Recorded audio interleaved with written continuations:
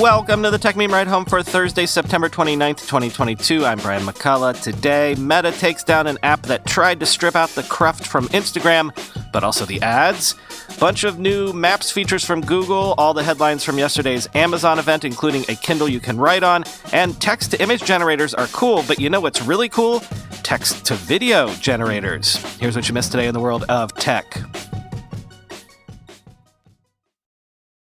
So somehow this fell through the cracks this week, but earlier this week, a company called Unifeed launched what it called the OG app for Android and iOS, which let users create and share Instagram feeds without ads or suggested posts, similar to how Twitter lists works.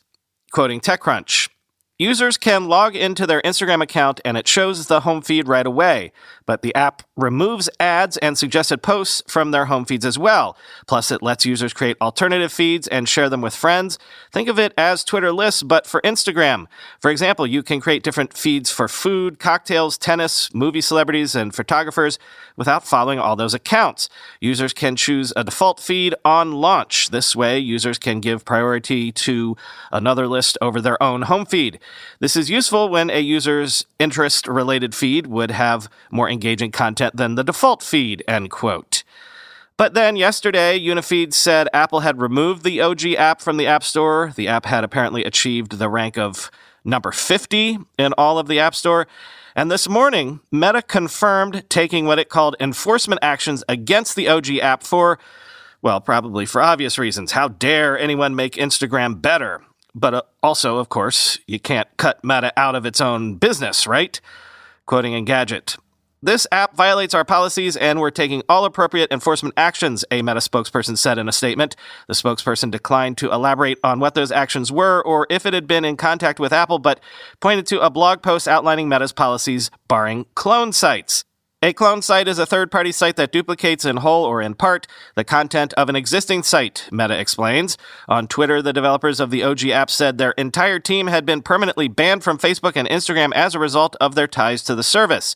Users deserve the right to control what they consume, and OG will continue to defend and fight for that right, Hardik Patil, one of the app's founders, told Engadget. He said he had received no direct communication from Meta, end quote.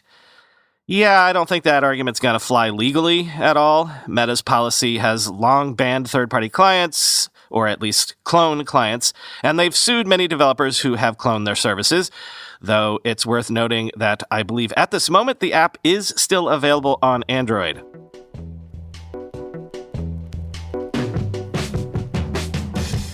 As teased yesterday and as promised, Amazon announced all the things yesterday. Trying to pick through the various headlines for the most meaningful right now, beginning with Alexa getting a bunch of smart home features like a multi-view stream and scheduling. Amazon says Alexa triggers more than 30% of smart home interactions without users having to say anything. Amazon's Ring added bird's eye view, 3D motion detection to the Spotlight Camera Pro, and virtual security guard for small businesses to the Astro robot. Amazon unveiled its 5th generation $50 Echo Dot and $60 Echo Dot with clock, which doubles as Eero Mesh Wi-Fi extenders. So your Echo Dot can now extend your home internet. And it also has a temperature sensor and deeper bass. Also, say hello to a refreshed Fire TV Cube media player with Wi-Fi 6E for $140 that also allows you to control your cable box with your voice. Amazon has gotten into the higher-end TV business as well with the Fire TV Omni QLED series starting at $800 and up. There's also a refreshed Alexa Voice Remote Pro for $35. And there's the $140 Halo Rise, a bedside sleep tracker that uses contactless sensors, coming later in 2022 with a free 6-month Halo subscription from Amazon. There's also Amazon Roadside Assistance, accessible from the Alexa app, Echo Auto, and other Echo devices for contacting a local roadside assistance provider. What else? There's an upgraded Echo Auto device, an Alexa-based BMW voice assistant. Amazon's Astro robot can now detect your pet, the better to monitor it, but also, I guess, to avoid running it over. If you want a brief rundown of all of these announcements, I've got a link to a Verge piece that summarizes all of this and more. But the big news was, yes, they did indeed update the high end of the Kindle line, but they did so by coming directly from my beloved note-taking tablet, the Remarkable 2. The $340 Kindle Scribe is a Kindle Oasis-like device for reading, but also a Remarkable-like device for writing with a 10.2-inch e-ink display and 2 stylus options available for pre-order as of yesterday, quoting The Verge. With a 10.2-inch e-ink screen, a stylus that attaches to the side of the device, and a bunch of new software, the $339 Scribe is trying to be as much a tablet as an ebook reader. It's available for pre-order today, and Amazon promises it'll be out before the holidays. You can buy it with one of 2 stylus options, a basic pen or a premium pen for $30 more that also includes a customizable shortcut button and an eraser sensor at the top. Both use the same Wacom EMR technology and magnetically attached to the side of the Scribe, but don't have batteries or need to be charged. Amazon built new note-taking capabilities into its reader so you can tap on a passage and scribble a note, similar to the way you'd highlight or type a note on the on-screen keyboard.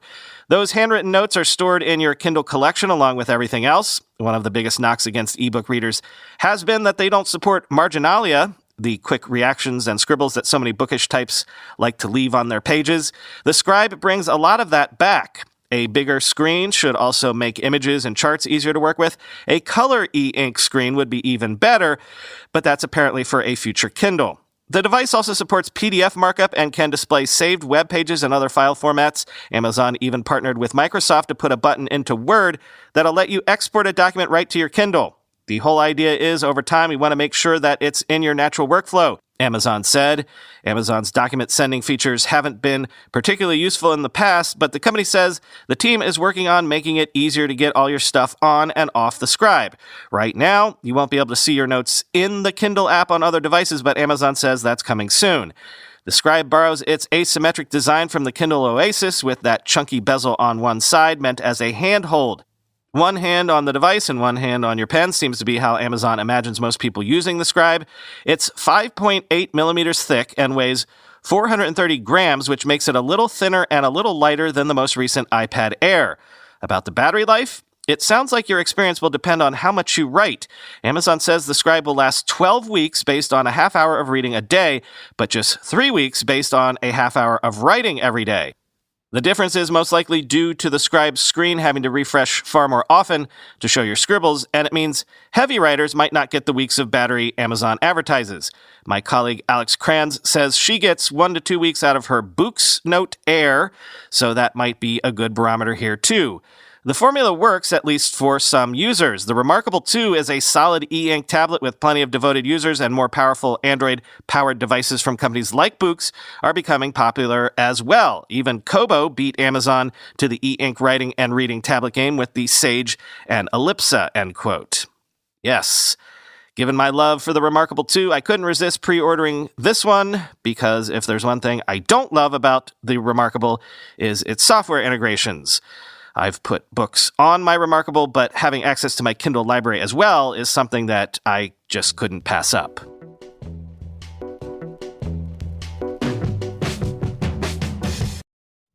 Are you familiar with Cathie Wood and her firm ARK Invest? You need to check out Cathie Wood's new ARK Venture Fund then, exclusively on the Titan Investing app. Led by the iconic Cathie Wood, ARK Venture is one of the first venture capital funds accessible to accredited and non-accredited investors alike. That means you can invest in ARK's big bets in both the public and private markets with as little as $500. Previously, you needed substantial wealth and connections to be able to access these types of funds, but now everyday investors can access the ARK Venture Fund through Titan. To be absolutely clear, this is truly a game changer in the wealth management space. So how do you get involved? It's super simple. You sign up for the Titan app, deposit money, and purchase shares in the ARK Venture Fund. If you haven't heard of Titan yet, you're missing out. Titan is a place where you can have your money actively managed in diversified income-generating asset classes like private credit and private real estate, and also where you can access exclusive investment opportunities like ARK Venture. I'd use Titan even if they weren't a partner of the show. It's that awesome. Head to titan.com/ride and you'll get a free $25 investment into one of Titan's portfolios. But you must go to titan.com/ride or you will not get the $25 bonus investment and they won't know that we sent you. One last time, that's a free $25 investment into Titan's flagship portfolio when you go to titan.com/ride and invest in the ARK Venture Fund exclusively on Titan. This is a paid partnership with Titan, and at the time of this recording, I am not yet invested in Titan's strategies. From the actual plausible use case for the blockchain file, news that Swift is working with blockchain data provider Chainlink on a cross-chain interoperability protocol to let Swift messages instruct on-chain token transfers. Quoting CoinDesk, Swift, the interbank messaging system that allows for cross-border payments, is working with Chainlink, a provider of price feeds and other data to blockchains, on a cross-chain interoperability protocol, CCIP, in an initial proof of concept. CCIP will enable Swift messages to instruct on-chain token transfers, helping the interbank network to be able to communicate across all blockchain environments. This will help accelerate the adoption of distributed ledger technology, DLT blockchains, and benefit various institutions across capital markets. Chainlink co-founder Sergey Nazarov said at the SmartCon 2022 conference in New York City on Wednesday. Swift's strategy director, Jonathan Ehrenfeld-Soleil, said that one of the reasons working with Chainlink on CCIP has been successful is that there is, quote, undeniable interest in crypto from traditional investors. Traditional finance or TradFi players want access to various digital and traditional assets on one network that can connect different types of asset classes, Soleil said. The partnership between Chainlink and Swift and cross-chain interoperability will help bridge the gap between traditional and digital assets for TradFi institutions, he added. Chainlink's native token is Link, L-I-N-K, end quote.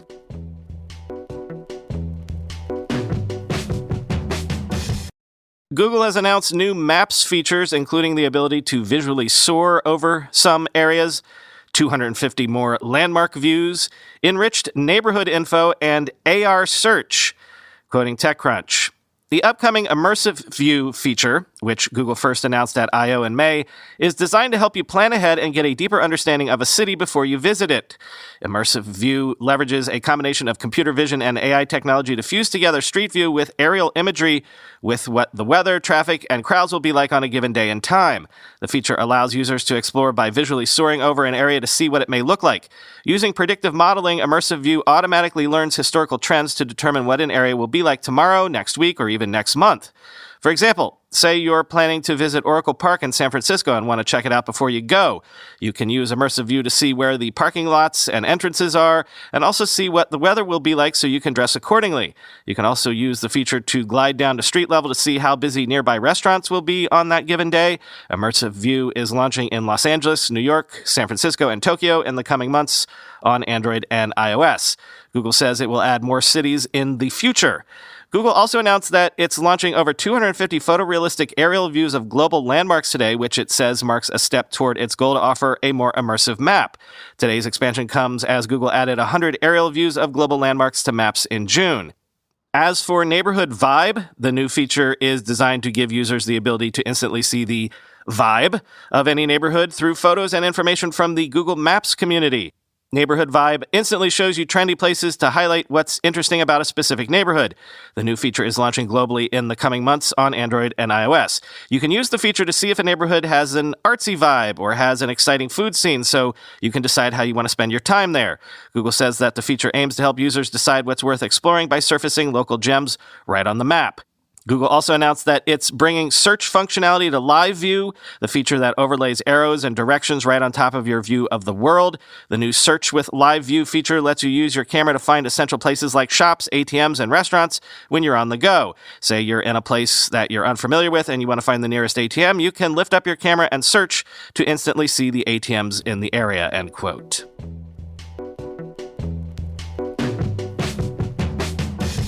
Finally today, OpenAI has removed the waitlist for DALL-E, giving everyone immediate access to that text-to-image AI service, so, go have at it.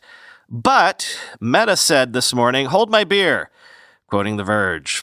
A team of machine learning engineers from Facebook's parent company Meta has unveiled a new system called Make a Video. As the name suggests, this AI model allows users to type in a rough description of a scene, and it will generate a short video matching their text. The videos are clearly artificial with blurred subjects and distorted animation, but still represent a significant development in the field of AI content generation.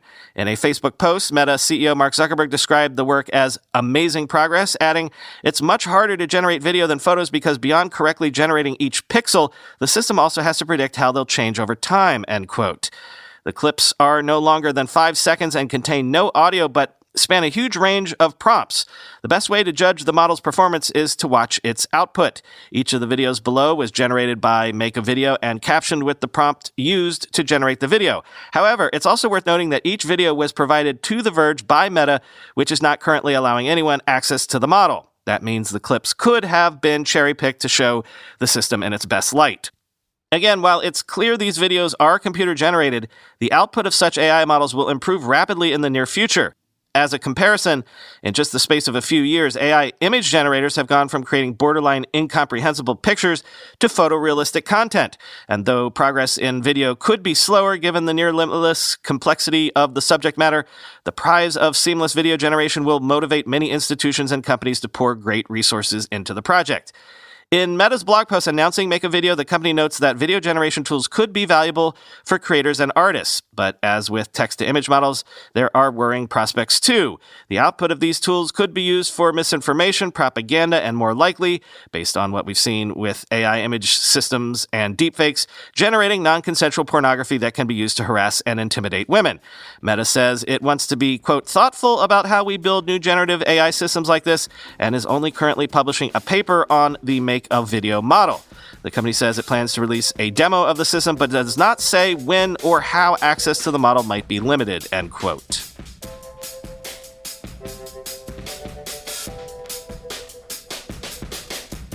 Tonight, 9 p.m. Eastern, 6 p.m. Pacific, our first Twitter space in about a month.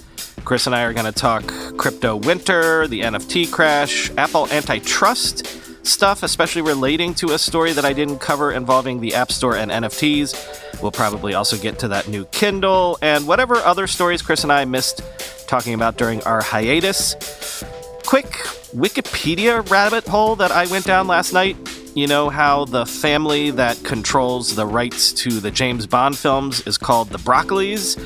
Haha, their name is broccoli, literally like the vegetable, but it turns out the Broccolis claim that the vegetable itself is named after their ancestors, the Broccolis of Carrara, Italy, which sounds like myth-making until you look up broccoli the vegetable on Wikipedia and realize that the modern form of broccoli was probably bred in the Carrara region of Italy, also famous for its marble, of which, statues like Michelangelo's David is carved from. So, I don't know, neither here nor there, but fun little fact. Talk to you tomorrow.